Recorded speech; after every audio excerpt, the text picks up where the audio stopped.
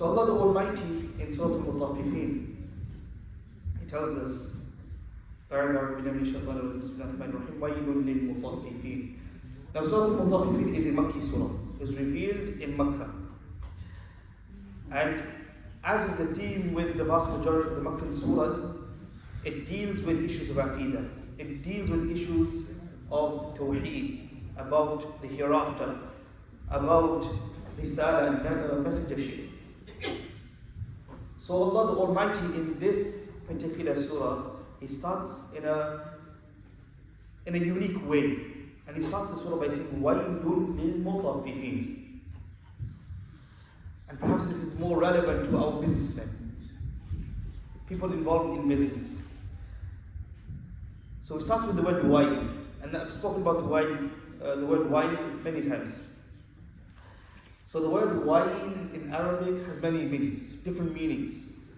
It could mean destruction. It could mean, or could be referring to a valley in Jahannam. It could be referring to a mountain in Jahannam. And there's many different opinions amongst the scholars. If you open up Ibn al-Jawzi's Zad al-Ma'ad or Zad al-Masir, there's many different narrations he's put in there. Nevertheless, we know it's nothing good. It's nothing good. So, wailun, may wail be for al-Mutaffifīn. Who are those Mutaffifīn? Al-Mutaffifīn refers to those who give short measures, who cut corners when it comes to business. They hold back. They don't give the full amount. They cheat the customer. Al-Mutaffifīn. Ibn Abbas radiyallahu anhu, he says that when the Messenger of Allah sallallahu alayhi wa sallam, he had come to Medina, he found that the people were involved in this. When they would measure things, when they would use the scales, they would not be doing it correctly. And they would give less to the customers. And therefore Allah the Almighty, He sent down this particular part. وَيْلٌ لِلْمُطَفِّفِينَ. So may destruction be, or may wail be to the one who cuts corners, who does not give in full measure. He's cheating the customers. So when we have a business and a customer comes to buy something, and what we do is, in our language we call it nobody business, and you will understand that. We do something which is not right, and we want to cheat him, we give him less. Then in that situation, Allah Almighty is saying, for that particular person, then destruction is for him. الَّذِينَ إِذَا اكْتَالُوا عَلَى النَّاسِ يَسْتَوْفُونَ. الَّذِينَ إِذَا اكْتَالُوا عَلَى النَّاسِ يَسْتَوْفُونَ. Now Allah the Almighty in the next two verses, He describes two characteristics. One of greed and the other of stinginess, miserliness. So, Mutaffifīn, those who when it comes to weighing their goods, they want the full amount. They want the full amount for themselves. So if that particular person who when it comes to selling something is always cutting corners, holding back, giving less, when he wants to go buy something, he'll expect the full amount. He will say, if anything, give me a bit more. Give me a bit more. But he does not want less. He wants the full amount. الَّذِينَ إِذَا اكْتَالُوا عَلَى النَّاسِ. When the people will be measuring for him, he's gone to the grocery shop, he's gone to a takeaway, he's gone to a restaurant, he wants the full amount. Yes, if anything, he's going to ask for more. وَإِذَا كَالُوهُمْ أَوْ وَزَنُوهُمْ يُخْسِرُونَ. But when it's the opposite, when he is the one now weighing, and he is the one who's giving, and he is the one who's measuring, in that situation, يُخْسِرُونَ. He will cut corners, he will give less. So that shows greed. First one is greed, and this is miserliness. The first one, I want more, at least the full amount, if not more. And in the second instance, it's this individual who, when it comes to giving, he will give less. He will give less. So there is no justice there. There is no justice there. It's all about give me my rights, but we're not worried about giving the rights. So Shaykh Ibn Uthaymin, in his Tafsīr, he does qiyas and he says, use this as your baseline and place all the other rulings on this. Place all the other rulings on this when it comes to giving rights. As a parent, if we expect all of our rights from our children, but we don't want to give the rights of the children, then we're blameworthy. As a spouse, if I want to give my wife if my wife wants all her rights but she does not give the rights, then she's blameworthy. Because remember, come the day of judgment, Allah's not going to ask, did you receive all your rights? He's not going to ask that. He's going to ask, did you give the rights? Did you give the rights? This is what Allah will ask. Your responsibility, did you fulfill it? If somebody asks something else to you, they will answer for that. He's not going to ask, did you get your rights? But he will ask, did you fulfill the rights that were binding upon you? So وَإِذَا كَالُوهُمْ أَوْ وَزَنُوهُمْ يُخْسِرُونَ. These individuals, they will hold back, they will cut corners. And we find in the Quran, in at least 3 places, that Allah the Almighty, He speaks about a nation that were destroyed because they used to cut corners when it came to weighing and measuring and when it came to transactions. They would hold back, they would be miserly, and they would not give the full amount. Can anybody tell me what this nation was?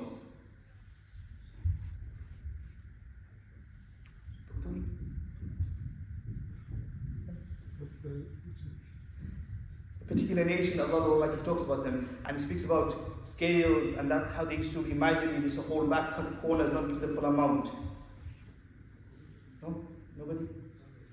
The people of Shu'aib alayhi salam. وَإِلَى مَدْيَنَ أَخَاهُمْ شُعَيْبًا قَالَ يَا قَوْمِ اعْبُدُوا اللَّهَ مَا لَكُم مِّنْ إِلَٰهٍ غَيْرُهُ. Shu'aib alayhi salam, he was sent to the people of Madian. He came to the people and he said, don't worship other than Allah. And he said, وَيَا قَوْمِ أَوْفُوا الْمِكْيَالَ وَالْمِيزَانَ بِالْقِسْطِ. O my people, give the full amount with justice when you come to measuring and when it comes to weighing. وَلَا تَبْخَسُوا النَّاسَ أَشْيَاءَهُمْ. And when it comes to their goods, then don't be miserly, don't hold back.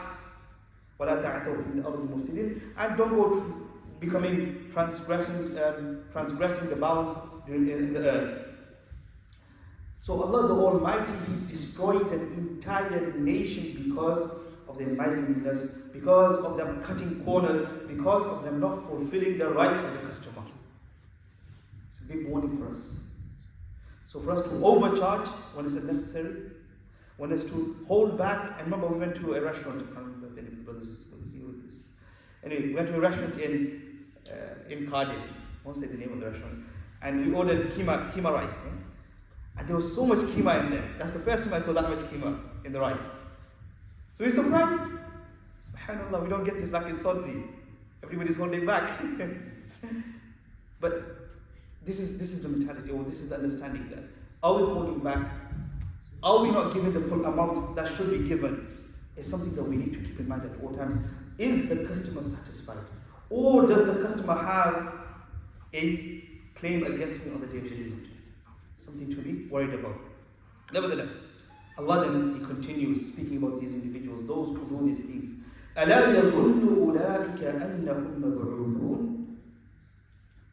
Do these people, do they not think that they will be resurrected? Do they not think? أَلَا يَظُنُّ. Do they not believe? Do they not think? Do they not understand that they will be resurrected? There will be a reckoning. There will be a questioning. There will be an interrogation and interview. Allah will ask, where did you get your wealth from? How did you spend your wealth? We know this. We want to do haram and we want to cut corners and not give the full amount so that we can make an extra few pounds here and there. We can save a little bit and we can use that in the next transaction. Then Allah is saying, أَلَا يَظُنُّ أُولَٰئِكَ أَنَّهُمْ مَبْعُوثُونَ. Do they not worry? Do they not think that they should be resurrected?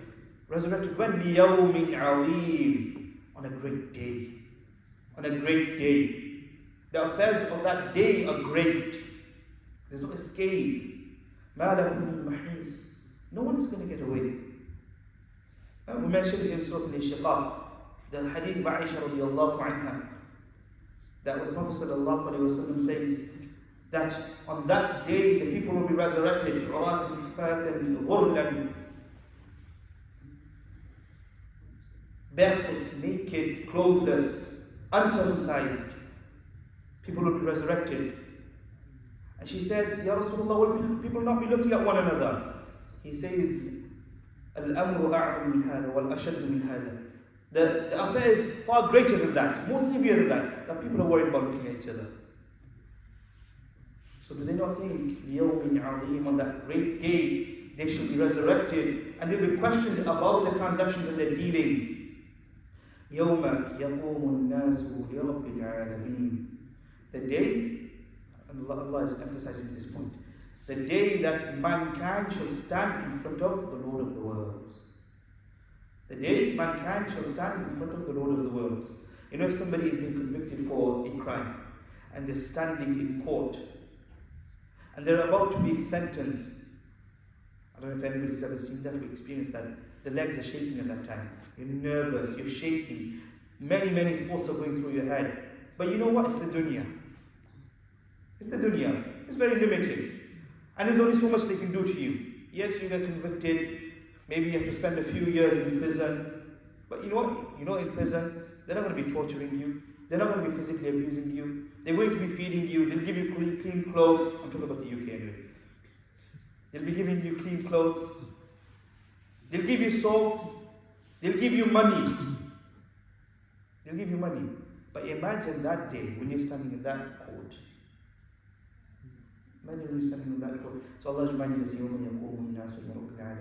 on that day, Allah's already told us it's a great day. And then He's told us He is the Rabbul Alameen. He is the Lord of all the worlds, everything in creation. What does Alameen mean? What's the meaning behind it? It refers to Al-Alam. Al-Alam is anything which is created. So everything other than Allah is Al-Alameen. Everything other than Allah. So He's telling us He is the Lord of everything in creation. Everything in creation. To point out our insignificance on that day. So if you want to go cheat somebody today, tomorrow you'll be standing in front of me and you have no significance at all. Today you think you're significant and you've got power and the authority to go cheat people. Tomorrow you're nobody. You're nobody. And then Allah the Almighty continues. Kalla, listen carefully. Inna kitab al-fujjari lafi sijjin. Indeed, the record. Kitab normally means book, but here means records. Records of deeds of the fujjar, the transgressors, the sinners. Lafi sijjin is kept in a sijjin. It is in a sijjin. What is sijjin? Now the scholars of language, Lugha, they say a sijjin comes from the word sijin. Sijin means prison. The word sijin means prison. You open up Surah Yusuf, you find it talking about the prison. And then they put it on this pattern of sijjin. It refers to a very narrow place, room. And you open up the books of Tafsīr and they will tell you it's referring to a particular part of Jahannam.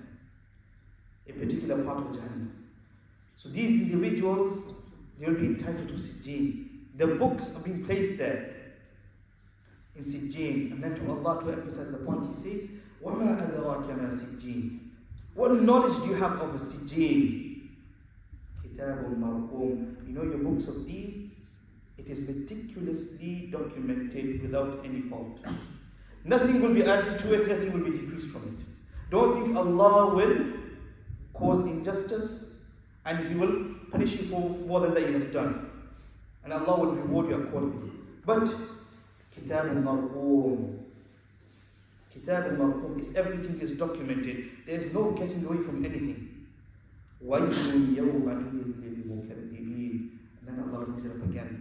And on that day, wail before that person who rejected for the rejectors. Wail, either destruction, or that the mountain in Jahannam, or the valley in Jahannam, the location between two mountains. Be for the one who rejected. What did this individual they rejected? What did they reject? الَّذِينَ يُكَذِّبُونَ بِيَوْمِ الدِّينِ. Those who reject the day of judgment. The ones who reject the day of judgment. Yawm al-Din here, we read it Maliki Yawm al-Din, takes the same meaning there, does not mean the day of religion. Okay? Just to clarify. الَّذِينَ يُكَذِّبُونَ بِيَوْمِ الدِّينِ. And what's the relation? If a person is worried about Yawm al-Din, the day of resurrection, the day of judgment, the day of accountability, then they will not be doing Al-Mutaffifīn. الَّذِينَ يَكْتَالُوا عَلَى النَّاسِ يَسْتَوْفُونَ وَإِذَا كَالُوهُمْ أَوْ وَزَنُوهُمْ يُخْسِرُونَ. They won't be doing that. Why? They know they're going to be standing in front of Allah. They know that the books will be presented to them. They know that they themselves will be liable for it. Allah says, اقرأ كتابك كفى بنفسك اليوم عليك حسيبا. Read your book. Today you are sufficient to take your own accountability. You yourself can be the judge, jury and executor. You yourself can be the judge, jury and executor. So if a person keeps all that in mind, then they won't fall under this. وَمَا يُكَذِّبُ بِهِ إِلَّا كُلُّ مُعْتَدٍ أَثِيمٍ. He continues that only those who are transgressors and sinful will reject the Day of Judgment. Everything we do in this entire dunya is ultimately for the Day of Judgment. It's so that on that day, our deeds are approved and we receive the visa to go into Jannah. So everything we do in this world is preparation for that one day. If that one day goes well, then everything else is easy. You know, as students, what do? We want to prepare for that one day of exams. Okay, maybe multiple exams, but those 1 days, we want to prepare for them. Because we know if those days go well, then everything else is easy. Everything to follow up from that will be easy. But if it goes bad, then we know there's going to be resits. Then we know we'll have to repeat the year again. We know it's going to cost us more money, more time, more effort. People are going to be upset. I'm going to be upset. But imagine you become a failure on that day. May Allah protect us. May Allah protect us. إِذَا تُتْلَى عَلَيْهِ آيَاتُنَا قَالَ أَسَاطِيرُ الْأَوَّلِينَ. Shall we conclude with this verse? إِذَا تُتْلَى عَلَيْهِ آيَاتُنَا قَالَ أَسَاطِيرُ الْأَوَّلِينَ. When the verses used to be recited to these people, or anybody, generally, they're given the reminder. The verses of Allah the Almighty has been given to them. But because out of the arrogance, out of the pride, ignorance, and the hearts being sealed, and inshallah in the next verse, next week we're going to explain that. What do they say in response to it? قَالُوا أَسَاطِيرُ الْأَوَّلِينَ. You know, the Quran is nothing but fables and stories of the ancient people. That's what it is, just stories, nothing else. There's no lesson in that for us to take. These people are not real, they're just characters in a story, made up story, fiction. This is what they used to say. قَالُوا أَسَاطِيرُ الْأَوَّلِينَ. It's just stories of the old people. Nothing more than that. Might not even be true. So when we're speaking about the people of Madian and Shu'aib alayhi salam, no, it never happened. We speak about Musa alayhi salam and his people, no, it did not happen. This is the mentality that the people of Makkah had. We don't know who these individuals are. We've got nothing to do with them. We won't be destroyed. We're going to prosper. Why did Allah choose you to bring the message? We're better than you. We don't need it from you. Brothers and sisters, Allah, He connected all this, the rejection of the Day of Judgment, to somebody who cheats in business. Somebody who cheats in business will make dua to Allah the Almighty that He protects us from such sins. And He gives us the ability to be able to fulfill the rights of the customer. So even the customer has a right. Islam is a religion which gave rights to the women, gave rights to the mother, the father, the men, the children, husband, wife, the employer, the employee, and even the customers. Even the customers. And yes, we can get away with it in the dunya, but there's no getting away on that day. May Allah the Almighty give us an understanding. Subhanallah wa bihamdihi, subhanallah wa bihamdihi, ashhadu an la ilaha illa anta, astaghfiruka wa atubu ilayk. Jazakumullahu khairan. Assalamu alaikum wa rahmatullahi wa barakatuh. Inshallah we'll continue.